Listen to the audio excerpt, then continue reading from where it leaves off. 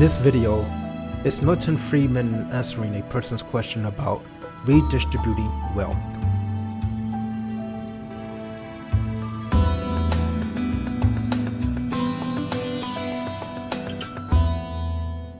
Sure. But most of what I've heard you talking about has been about the distribution of income rather than about the distribution of wealth. Yes. Now, you wouldn't argue, at least I hope you wouldn't, that the person in, let's say India is genetically inferior, say, to the person in America.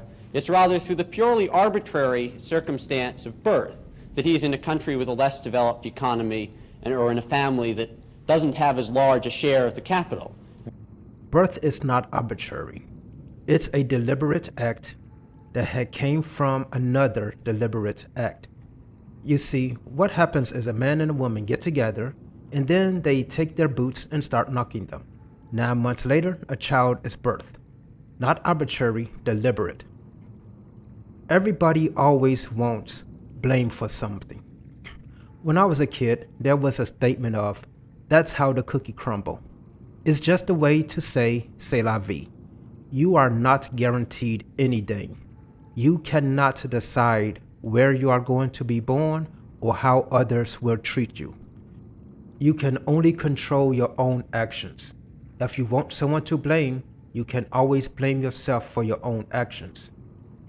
That person that was born in a less capital situation is in a less capital situation due to the deliberate acts or actlessness of the previous generations.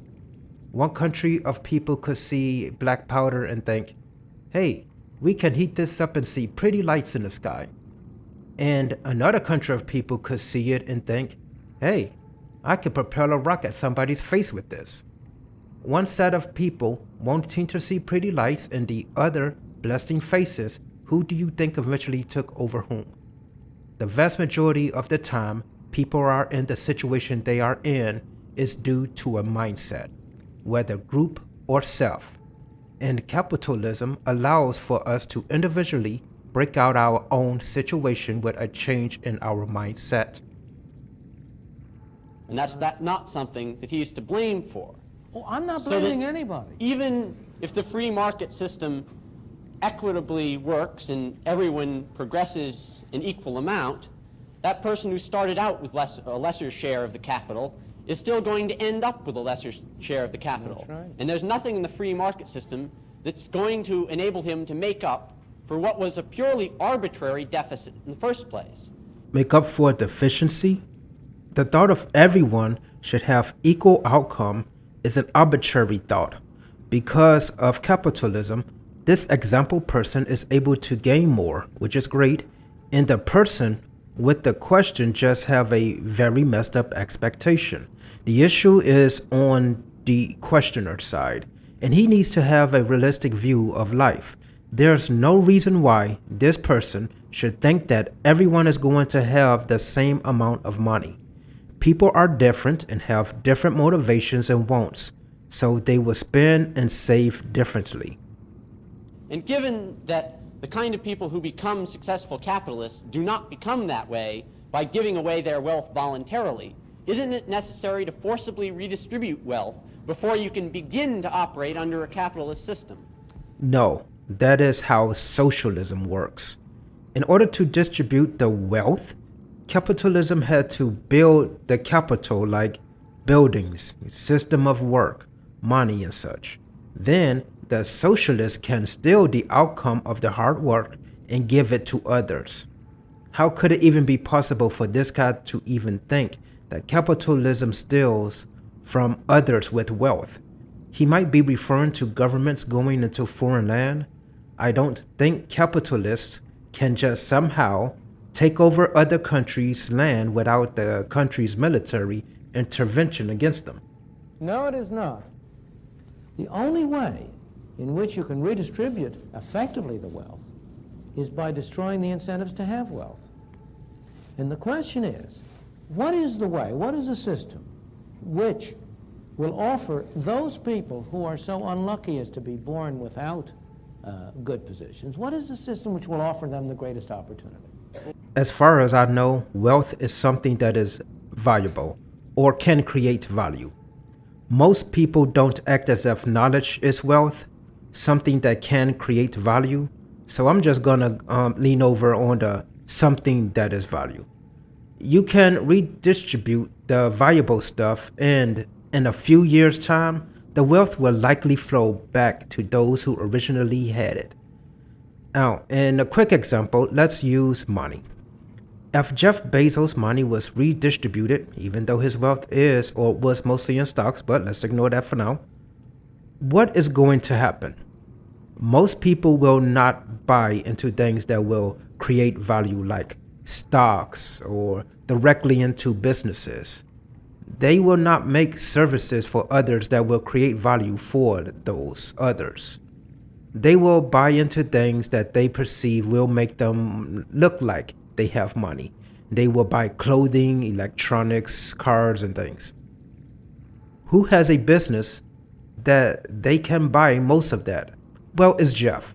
So people will blow through the redistributed wealth in several years, and Jeff will get his money back.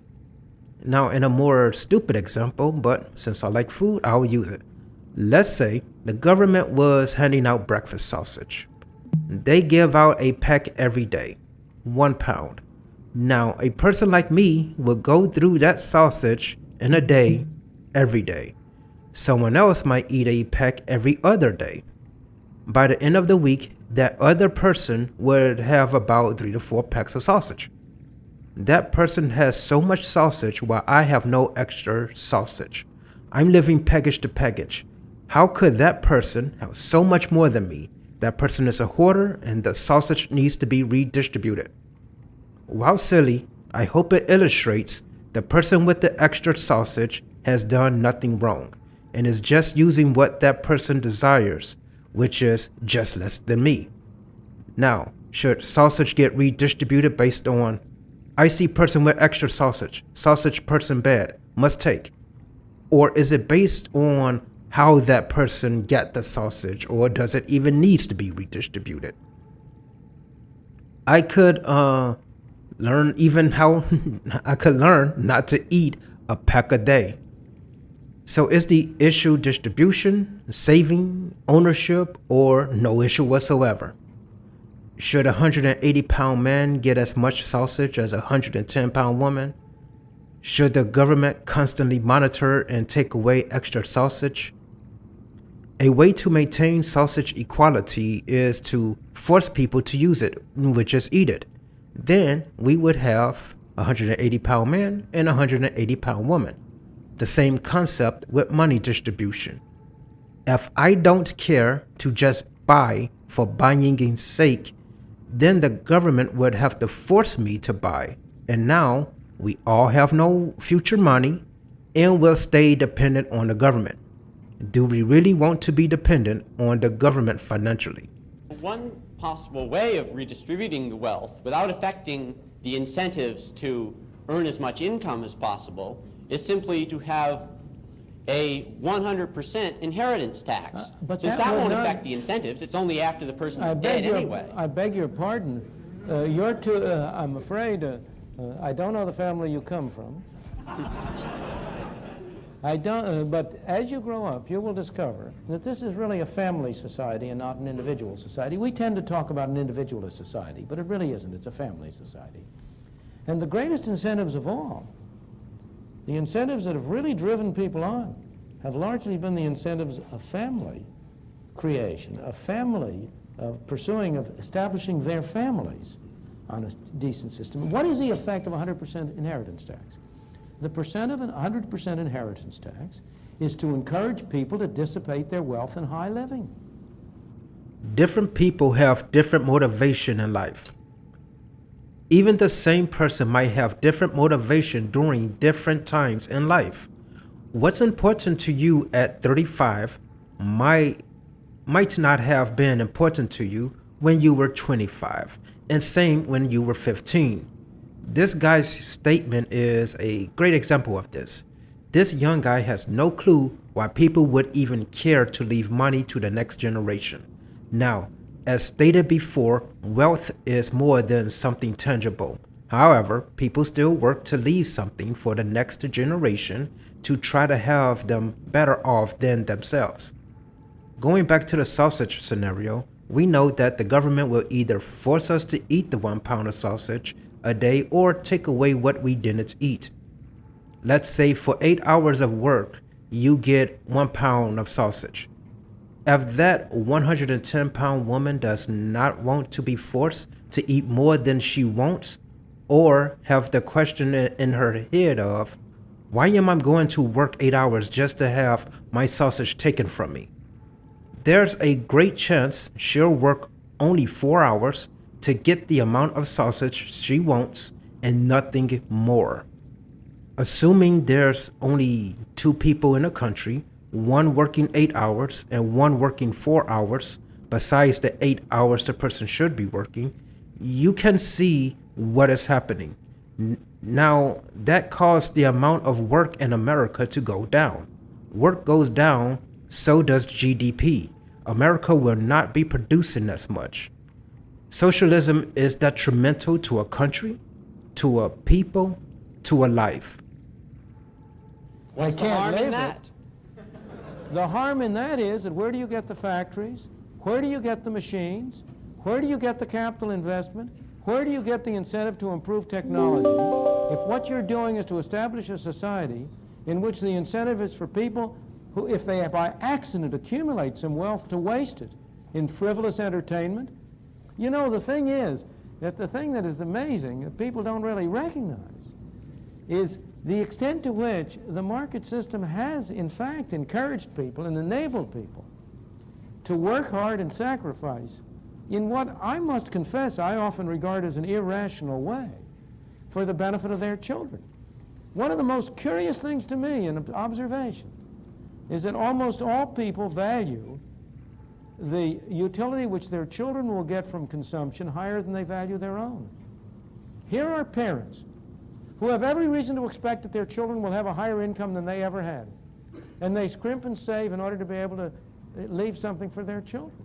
I think you are sort of like a bull in a china shop if you talk about the 100% inheritance tax having no incentive effects.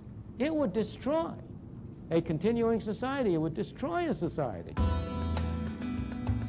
Anytime incentives are removed, the will and determination to get the act done is removed as well. We are all greedy. Some of these people that feed the homeless or give handouts are doing it for themselves to feel good, not because the other people need it. There's another video of people handing out tents and other stuff in a park. The homeless people trashed most of what they were given and the park was filled with trash. Did the people that handed out that stuff that they didn't buy with their own money care for cleaning the park for us, for the community? Of course not. Cleaning doesn't make them feel good, even though having a clean park is good for the community. They only love handing things out that they didn't have to buy, and that makes them feel good.